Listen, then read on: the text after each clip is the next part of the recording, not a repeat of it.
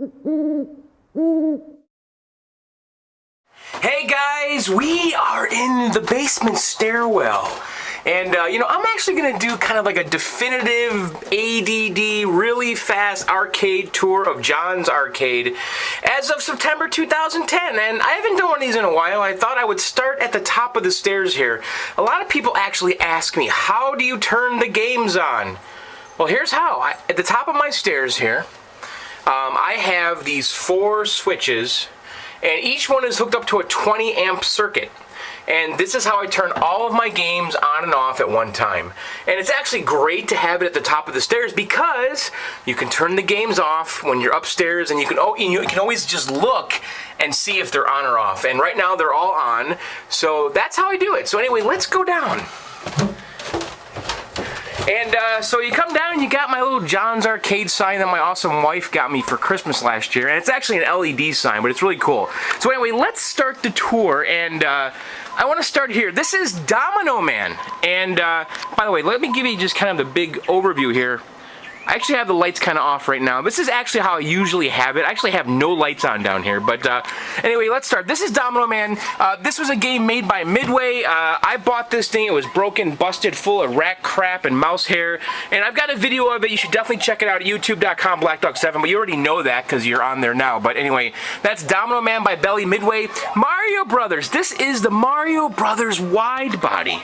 And you could tell it because it's got the speaker grill in the center. I don't know if you can see that there. It's got the 2 control panels. It's a 2-player simultaneous game. That's Mario Brothers. That's a wide body, an original wide body. Love that game. I mean, let's face it, I love all these games. And this is a Nintendo Play Choice 10, which essentially is an NES with a timer. Back in the day, you'd put a quarter in, and then this timer here would count down from 3 minutes or whatever it was per quarter. And it holds 10 games. It's called a Play Choice 10. And I can show you here which games I have in it. So right now I currently have Super Mario 1, 2, and 3, Kung Fu, which is my favorite PC-10 game, Dr. Mario RC Pro-Am, Metroid, Double Dribble, Rescue Rangers, which is a great Capcom classic platformer, and that's a Chippendale game actually. And I've got Tecmo Bowl Football, and you can see over here the little icon, that tells you that these games are 2-player simultaneous play, and Chippendale is one of those, which is really cool. So you can play 2-player platforming at the same time. It's actually a great game. And I've got some toppers on top here. If you can see, you got Super Mario 2 and Mario 3 and Dr. Mario. These are actually like metal signs with stickers on them. They're actually really cool and actually collectible too. If you go on eBay, there's tons of these always for sale, and it's actually a neat thing to collect. And they make toppers for a lot of the games. So over here is an original dedicated Punch-Out by Nintendo, and this game came out before the NES version, and it features the Challenger. I don't know if does he have a name? I don't know, but he's got green hair. And what's cool about this game is it has 2 monitors. Check it out. And the top monitor kind of shows you the status and the score of everything that's going on, and the bottom monitor shows the gameplay. And it's a really cool cab. It's really tall, and this was one I actually spent a lot of time restoring. It's got a cool control panel. It's got the guard up, guard down, dodge right, dodge left. These are the punch buttons, and then it's got this knockout blow, which is this kind of special button. And actually I have a free play rigged up on it, and this thing's never going to shut up unless we put initials in, so hang on. And there's a free play ROM hack, and so that's the 1-player start. This game here is Radarscope, which is actually a pretty rare Nintendo game. It's actually Nintendo, not their first, but it's Shigeru Miyamoto who created Mario. It's his first arcade game, or first game actually, and they actually converted a lot of these into Donkey Kongs. So it's a pretty rare game, and it's in the original red cabinet, and that's Radarscope. This is Donkey Kong 3. You know, this game doesn't get a lot of love, honestly. It features Stanley, actually, not Mario. What the heck?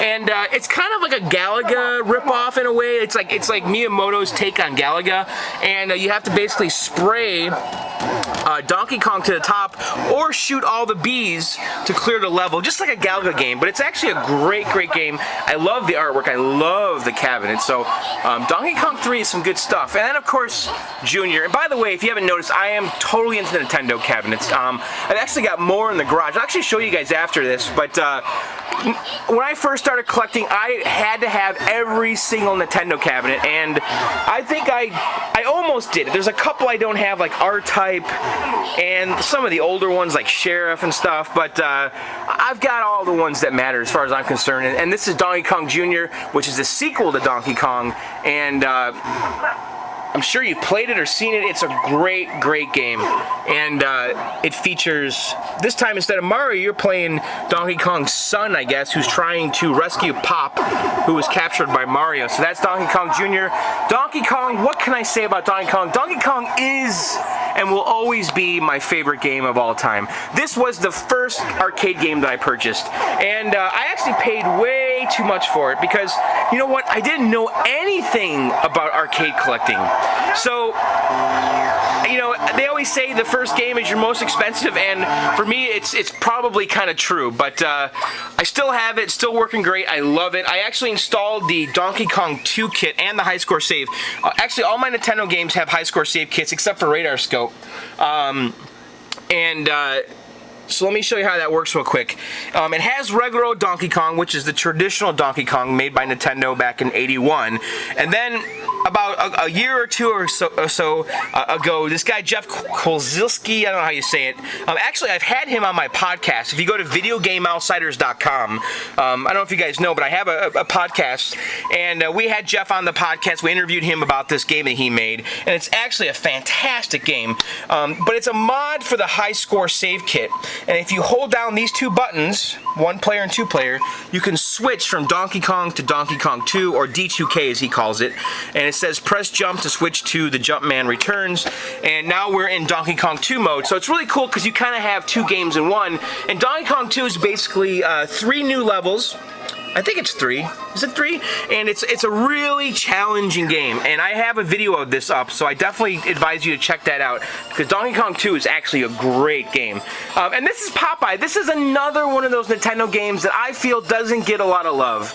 And you know what? I actually loved this game when I was younger. And I actually played it a lot on my Atari 2600, and it was probably pretty crappy then, but I didn't care. I don't even remember. It was just great fun. And it's still great fun to me. It's a very challenging game. It gets a little repetitive after a while, but it is a great, great game. And that's Popeye. And if you notice, all of these Nintendo games from this era all use the same cabinet, essentially. I mean, it is the same cabinet. It's the same wooden cabinet. They change some of the colors and stuff, but at the end of the day, it's the same cab, same profile, and it's actually cool in a row because they're all the same.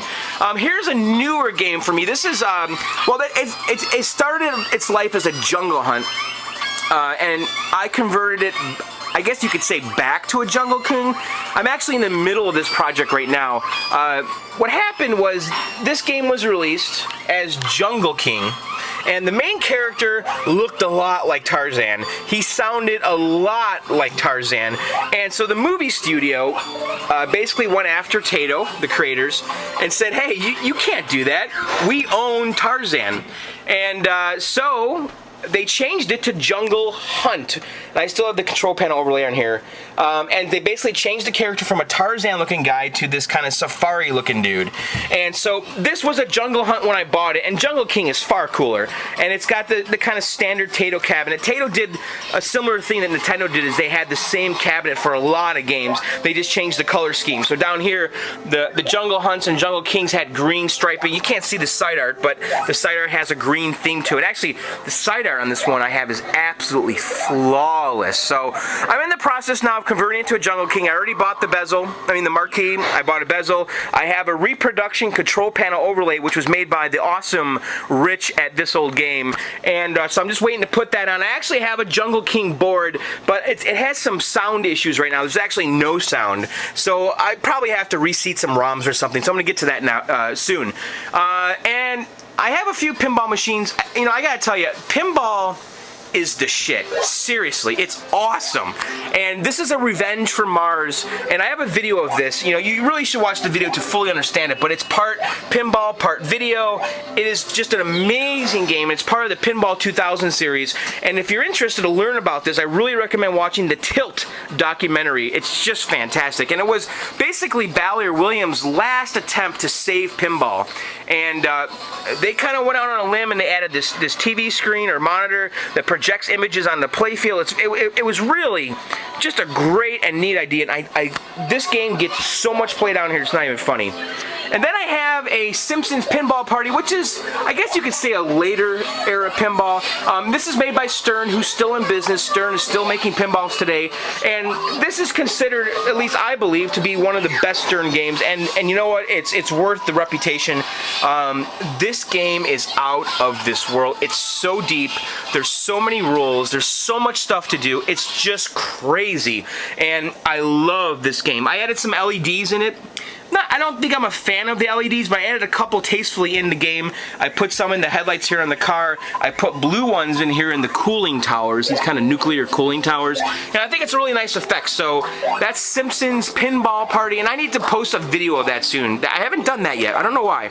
Okay, so the next game is a pinball called Whirlwind, and this was made by Pat Lawler. Well, actually, it was made by Williams, but it was designed by Pat Lawler. And Pat Lawler, to me, is like the Miyamoto of pinball machines. You know, this guy is a design god, and you know, he made Addams Family. You know, that's the top-selling pinball machine of all time. He also made Twilight Zone, which is the highest-rated pinball machine of all time. So this guy can do no wrong. He's still actually designing pinballs today for Stern, but this is, I think, this is technically his second game. Was it his third? I think his first was Bonsai Run, and then I think he did. This is his third, Earthshaker, and then he did Whirlwind. And what's cool about this game is it has this fan up here, and when you do certain things, the fan turns on and it blows air on you, and it's just a great fun game. And what I like about it is it's no frills pinball. I would never get rid of this game. There's something so pure about it, and it has like just enough bells and whistles, you know, to make it feel not ancient like an EM pinball game, but not so much that you feel like you're overwhelmed. So it really, you know, pinballs from this era, the late 80s, early 90s, to me are some of the best pinball machines because they really have the perfect balance of technology and just old school pinball. So this is a fantastic game. I actually have a video of this up as well, so definitely check it out. The next game is Moon Patrol, and you know, Moon Patrol is a classic Williams game. Well, it was actually published by Williams. It was made by Irem in Japan. I don't know how you say that, IREM, and I have a video of this up. Do I? I actually don't remember if I did a video of this, but it's a classic game. I love Moon Patrol. I have a great, fantastic, beautiful original cabinet. I love this game. Actually, I just installed the High Score Save Kit with free play and a track that Suzilla made. And Suzilla is a local programmer who's on Clove, KLOV.com.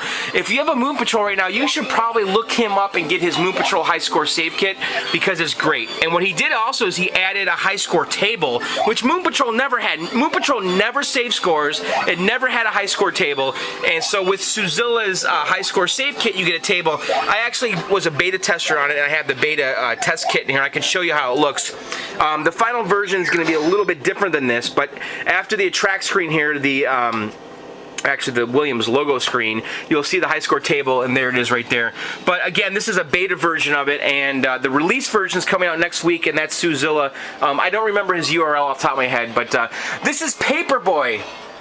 And I love Paperboy. I actually have a video of this up as well. You definitely should check it out. And this was a game I played a lot as a kid. And what's cool about it is it has these bicycle handlebars. You can see that. And basically, you are a paperboy. You're delivering papers to your subscribers, and you want to beat the crap out of your non-subscribers' houses to earn points.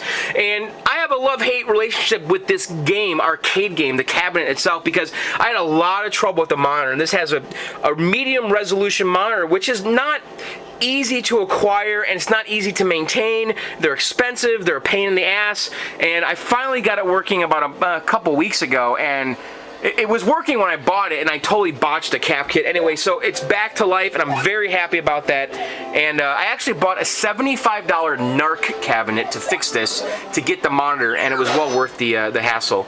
So moving on, this